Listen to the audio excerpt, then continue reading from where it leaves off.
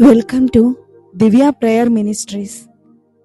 బాప్టో Bible గ్రంథం నుంచి కీర్తనల గ్రంథం 13వ అధ్యాయాన్ని మనం ధ్యానం చేసుకుందాం. యెహోవా, ఎన్నాళ్ళు నన్ను నీవు మర్చిపోతావు? ఎల్లకాలమా?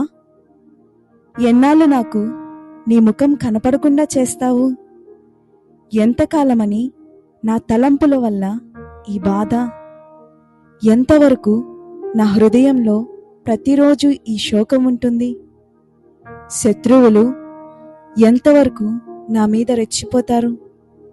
యెహోవా, నా దేవా, నా వైపు చూడు. నేనడిగిన దానికి జవాబివ్వు. నా కన్నులకు వెలుగు ప్రసాదించు, లేకపోతే అది నాకు మృత్యునిద్ర అవుతుందన్నమాటే. అప్పుడు నా శత్రువు తానే గెలిచినట్టు చెప్పుకుంటాడు.